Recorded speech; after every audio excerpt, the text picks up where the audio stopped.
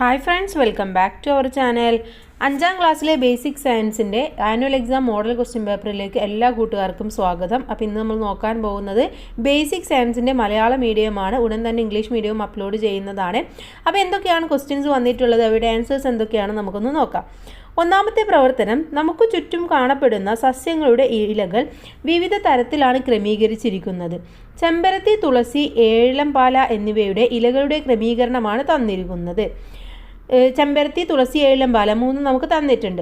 തന്നിരിക്കുന്ന സസ്യങ്ങളെ ഇലകളുടെ വിന്യാസത്തിൻ്റെ അടിസ്ഥാനത്തിൽ തരം തിരിക്കുക, ഉചിതമായ തലക്കെട്ട് നൽകുക എന്നാണ് പറഞ്ഞിട്ടുള്ളത്.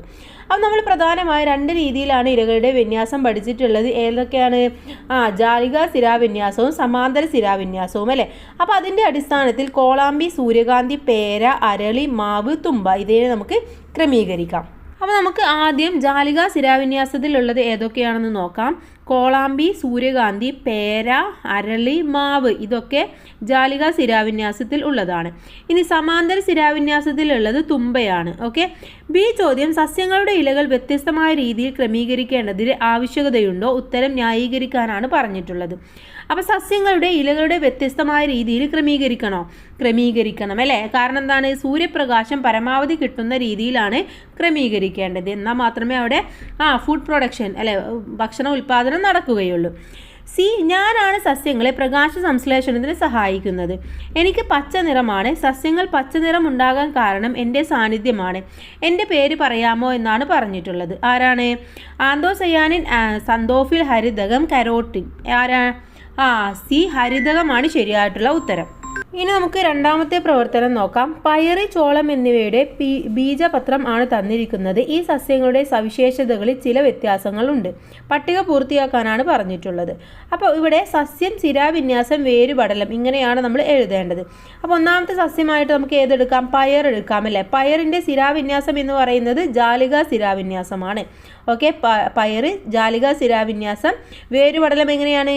തായ്വേരാണ്. ഓക്കെ, തായ്വേരാണ്. ഇനി രണ്ടാമത്തേത് ഏതാണ്? ചോളമാണ്. ചോളത്തിന് സിരാവിന്യാസം എന്ന് പറയുന്നത് സമാന്തര സിരാവിന്യാസമാണ്. അതിൻ്റെ വേരെന്ന് പറയുന്നത് നാരുവേര് പടലമാണ്. ഓക്കെ, നാരുവേര്.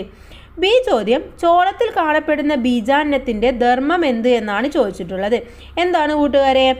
ബീജാന്നമാണ് ചെടിക്ക് ആവശ്യമായ ഭക്ഷണം ആഗിരണം ചെയ്യുന്നത്. പിന്നീട് ആ ബീജാന്നം ഇലയായിട്ട് മാറുകയാണ് ചെയ്യുന്നത്. സി ചോദ്യം, പയർ വിത്തിലെ ബീജപത്രത്തിൻ്റെ എണ്ണത്തിന് സമാനമായ എണ്ണം ബീജപത്രമുള്ള ഒരു സസ്യത്തിൻ്റെ പേര് എഴുതാൻ വേണ്ടി പറയുന്നുണ്ട്.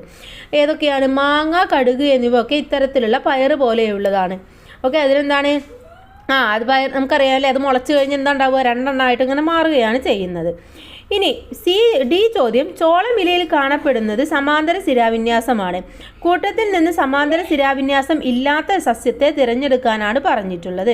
കരിമ്പ്, നെല്ല്, കടല, ഗോതമ്പ് ഇതിലേതാണ്? കടലയാണ്. ഓക്കെ, കടലയാണ്. അടുത്ത പ്രവർത്തനത്തിലേക്ക് കടക്കാം. പ്രവർത്തനം 3 വിവിധ ആവശ്യങ്ങൾക്കായി ഇന്ത്യ നിരവധി കൃത്രിമോപഗ്രഹങ്ങൾ വിക്ഷേപിച്ചിട്ടുണ്ട്. ഇൻസാറ്റ്, എജുസാറ്റ് എന്നിവ അവയിൽ ചിലതാണ്. ഇന്ത്യ വിക്ഷേപിച്ച കൃത്രിമോപഗ്രഹങ്ങളുടെ പ്രധാന ഉപയോഗങ്ങൾ കണ്ടെത്തി ആശയഭൂപടം തയ്യാറാക്കാനാണ് പറയുന്നത്. അപ്പോൾ ഒരുപാട് ആവശ്യങ്ങൾക്കാണ് ഇന്ത്യ കൃത്രിമോപഗ്രഹങ്ങൾ വിക്ഷേപിച്ചിട്ടുള്ളത്. പ്രധാനമായിട്ടും വിദ്യാഭ്യാസം, ഭൗമനിരീക്ഷണം, പ്രതിരോധം, വാർത്താവിനിമയം, ഗതി നിർണയം, ജ്യോതിശാസ്ത്ര പഠനം ഇതിനൊക്കെയാണ്. അപ്പോൾ ഇത് ടെക്സ്റ്റ് ബുക്കിൽ പറയുന്നുണ്ട്. അപ്പോൾ കൂട്ടുകാർ ഇതാണ് അവിടെ ആശയഭൂപടത്തിൽ എഴുതേണ്ടത്. ബി ചോദ്യം, GPS സമാനമായ ഇന്ത്യൻ സംവിധാനത്തിൻ്റെ പേര് എഴുതാനാണ് പറഞ്ഞിട്ടുള്ളത്.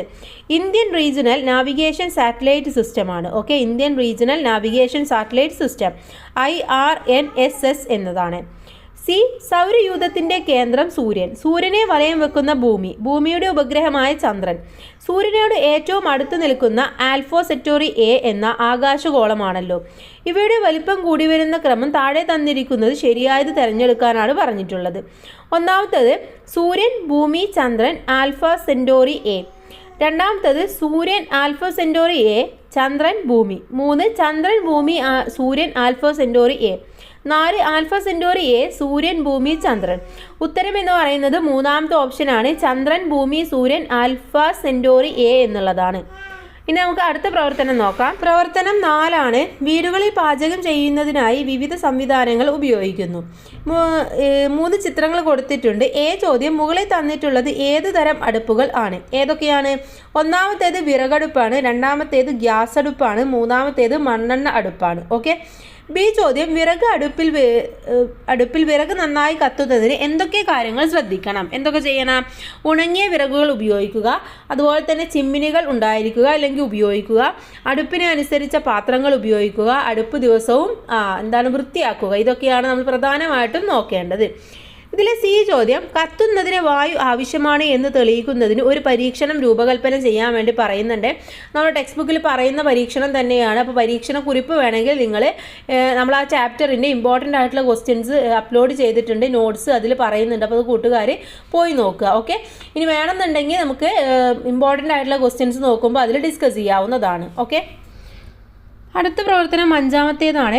ലോക വൈറ്റ് കെയിൽ ദിനത്തോടനുബന്ധിച്ച് ശാസ്ത്ര ക്ലബിൻ്റെ നേതൃത്വത്തിൽ ഒരു സെമിനാർ സംഘടിപ്പിക്കാൻ തീരുമാനിച്ചു. കാഴ്ച പരിധിയുള്ള ആളുകളെ സഹായിക്കാൻ ഉപയോഗിക്കുന്ന സംവിധാനങ്ങൾ ഉൾപ്പെടുത്തി സെമിനാറിലേക്ക് ഒരു കുറിപ്പ് തയ്യാറാക്കാനാണ് പറയുന്നത്. അപ്പോൾ ഒരുപാട് സംവിധാനങ്ങളെക്കുറിച്ച് നമ്മുടെ ടെക്സ്റ്റ് ബുക്കിൽ പറയുന്നുണ്ട്. ഒന്ന് ടാക്റ്റൈൽ വാച്ച്, അതുപോലെ തന്നെ ടാക്റ്റൈൽ കീബോർഡ്, ടോക്കിംഗ് വാച്ച്, ഇതൊക്കെ നമ്മൾ ഉപയോഗിക്കുന്നതാണ്. അപ്പോൾ അതൊക്കെ എങ്ങനെയാണ് ഉപയോഗിക്കുന്നത് എന്നൊക്കെ ടെക്സ്റ്റ് ബുക്കിൽ ഡീറ്റെയിൽ ആയിട്ട് പറയുന്നുണ്ട്. അതൊക്കെ കൂട്ടുകാരൊന്ന് പാരഗ്രാഫ് എഴുതിയാൽ മതി. ഇതിലെ ചോദ്യം കാഴ്ച പരിധിയുള്ള ആളുകൾ എഴുതാനും വായിക്കാനും ഉപയോഗിക്കുന്ന സംവിധാനത്തിന് പറയുന്ന പേരെന്താണ്? ഏതാണ്? ബാരൽ സിസ്റ്റം എന്നാണ്. ഓക്കെ. Barrel system. നേത്രദാനം പ്രോത്സാഹിപ്പിക്കുന്നതിന് വേണ്ടി വിദ്യാലയത്തിൽ നടത്തുന്ന പോസ്റ്റർ രചനാ മത്സരത്തിലേക്കായി ഒരു പോസ്റ്റർ തയ്യാറാക്കാൻ വേണ്ടി പറയുന്നുണ്ട്. അപ്പോൾ നമ്മൾ എന്തെങ്കിലും ചിത്രങ്ങളൊക്കെ വരയ്ക്കുക. എന്നിട്ട് എന്താണ് കണ്ണുദാനം അല്ലെങ്കിൽ അവയവദാനം, മഹാദാനം എന്നൊക്കെ പറഞ്ഞുകൊണ്ട് എന്തെങ്കിലും ചെറിയ കോഡ്സും കൂടെ എഴുതി കൊടുക്കേണ്ടതാണ്. അടുത്ത പ്രവർത്തനം 6ാമത്തെ പ്രവർത്തനമാണ്. ചുറ്റുപാടുകളെ മനസ്സിലാക്കുന്നതിന് സഹായിക്കുന്ന വിവിധതരം അവയവങ്ങൾ ജന്തുക്കൾക്കുണ്ട്. ഇവയെ ജ്ഞാനേന്ദ്രിയങ്ങൾ എന്ന് വിളിക്കുന്നു. ചോദ്യം ചിത്രശലഭങ്ങളെ രുചി തിരിച്ചറിയാൻ സഹായിക്കുന്ന അവയവം ഏത്? ചിറക്, സ്പർശനികൾ, കാല്, ത്വക്ക്. ഏതാണ്? കാലാണ്. ഓക്കെ. ചിത്രശലഭങ്ങളെ രുചി തിരിച്ചറിയാൻ സഹായിക്കുന്നത് കാലാണ്. ചോദ്യം ഈ സുന്ദരമായ ഭൂമിയിലെ ദൃശ്യങ്ങൾ കാണാൻ നമ്മെ സഹായിക്കുന്ന അവയവമാണ് കണ്ണ്. കണ്ണിൻ്റെ ആരോഗ്യത്തിന് നാം പാലിക്കേണ്ട ആരോഗ്യശീലങ്ങൾ എന്തെല്ലാമാണ്? നമ്മുടെ ടെക്സ്റ്റ് ബുക്കിൽ ഒരുപാട് കാര്യങ്ങൾ പറയുന്നുണ്ട്. കണ്ണുകൾ തിരുമ്മാതിരിക്കുക, മങ്ങിയ വെളിച്ചത്ത് TV കാണാതിരിക്കുക, കണ്ണിനുള്ളിൽ സ്പർശിക്കാതിരിക്കുക, അതുപോലെ തന്നെ ഒരുപാട് സമയം മൊബൈൽ, TV എന്നിവ ഉപയോഗിക്കാതിരിക്കുക തുടങ്ങിയ കാര്യങ്ങളൊക്കെ പറയുന്നുണ്ട്. ഓക്കെ. അപ്പോൾ ഏതെങ്കിലും 2-3 നിങ്ങൾ എഴുതിയാൽ മതി. കേൾക്കാൻ നമ്മെ സഹായിക്കുന്ന ഇന്ദ്രിയമാണ് ചെവി. ചെവിക്ക് പല കാരണങ്ങൾ കൊണ്ട് കേൾവിക്കുറവ് ഉണ്ടാവാറുണ്ട്. ഇത് പരിഹരിക്കുന്നതിനായി ഉപയോഗിക്കുന്ന ഉപകരണത്തിൻ്റെ പേര് എന്ത് എന്ന് ചോദിച്ചിട്ടുണ്ട്. എന്താണ്? ശ്രവണ സഹായികളാണല്ലേ, ശ്രവണ സഹായികൾ. ചവച്ചരക്കുമ്പോൾ ഭക്ഷണ പദാർത്ഥങ്ങളുടെ സ്വാദ് കൂടുതൽ ആസ്വാദ്യകരമാകുന്നു എന്ന് നമുക്കറിയാം. നാവിൻ്റെ ഉപരിതലത്തിൽ സ്വാദ് അറിയാൻ സഹായിക്കുന്ന സവിശേഷ ഭാഗം ഏത്? ഏതാണ്? സ്വാദ് മുകുളങ്ങൾ വഴിയാണ് നമുക്ക് ടേസ്റ്റ് അല്ലെങ്കിൽ അതിൻ്റെ രുചി അറിയാൻ വേണ്ടി സഹായിക്കുന്നത്. ഓക്കെ. സ്വാദ് മുകുളങ്ങൾ. അടുത്ത പ്രവർത്തനം 7. ജന്തുലോകത്ത് കാണപ്പെടുന്ന വൈവിധ്യമുള്ള ജീവികളാണ് പ്രാണികൾ. വിവിധതരം പ്രാണികളുടെ ലാർവകളാണ് ചില ഇനം പുഴുക്കൾ. ക്ലാസ്സിൽ മനു പ്രാണികളും അവയുടെ ലാർവകളും ഉൾപ്പെട്ടിട്ടുള്ള പട്ടിക തയ്യാറാക്കുകയാണ്. ഇത് പരിശോധിച്ച് തെറ്റുണ്ടെങ്കിൽ ശരിയായ രീതിയിൽ ക്രമീകരിക്കുവാൻ മനുവിനെ സഹായിക്കാനാണ് പറഞ്ഞിട്ടുള്ളത്. അപ്പോൾ ഇവിടെ പ്രാണികളെ ലാർവ എന്നിങ്ങനെയാണ് തന്നിട്ടുള്ളത്. ഇവിടെ ശലഭത്തിൻ്റെ ലാർവയെ നമ്മൾ പറയുന്നത് എന്താണ്? കാറ്റർ പില്ലർ എന്നുള്ളതാണ്. കൊതുകിൻ്റെ റിഗ്ലർ എന്നുള്ളതാണ്. ചെല്ലിയുടെ ആണെങ്കിൽ ഗ്രപ്സ് എന്നുള്ളതാണ്. അതുപോലെ തുമ്പിയുടെ ആണെങ്കിൽ കുഴിയാനയാണ്. അപ്പോൾ ഇങ്ങനെയാണ് നിങ്ങൾ ശരിയായ രീതിയിൽ ക്രമീകരിക്കേണ്ടത്. ഇതിലെ ചോദ്യം പാറ്റയുടെ രൂപാന്തര ഘട്ടങ്ങളുടെ ചിത്രീകരണം ശ്രദ്ധിക്കൂ. 1. പാറ്റയുടെ മുട്ട വിരിഞ്ഞുണ്ടാകുന്ന കുഞ്ഞുങ്ങൾക്ക് പറയുന്ന പേരെന്ത്? പാറ്റയുടെ രൂപാന്തര ഘട്ടങ്ങൾ വിശദീകരിക്കുക. പിന്നെ പറയുന്ന പേരെന്താണ്? നിംഫ് എന്നാണ് അല്ലേ. നിംഫ് എന്ന് വിളിക്കുന്നു. നിംഫ് വിവിധ വളർച്ചാഘട്ടങ്ങളിലൂടെ കടന്നുപോയി പൂർണ്ണ വളർച്ചയെത്തിയ ജീവിയായി മാറുന്നു. ഇതിനിടെ പലതവണ അതിൻ്റെ പുറം ചട്ട പൊഴിച്ചു കളയുകയും ചെയ്യുന്നുണ്ട്. ചോദ്യം പുഴുക്കൾ കൊണ്ടുള്ള ഉപകാരങ്ങൾ എന്തെല്ലാം? എന്തൊക്കെയാണ്? ഇതിൽ നിന്നുണ്ടാകുന്ന പ്രാണികൾ പല പൂക്കളിലും പരാഗണം നടത്തുന്നു. ചത്ത ജീവികളെയും ഭക്ഷണാവശിഷ്ടങ്ങളും തിന്ന് പരിസരം വൃത്തിയാക്കുന്നു.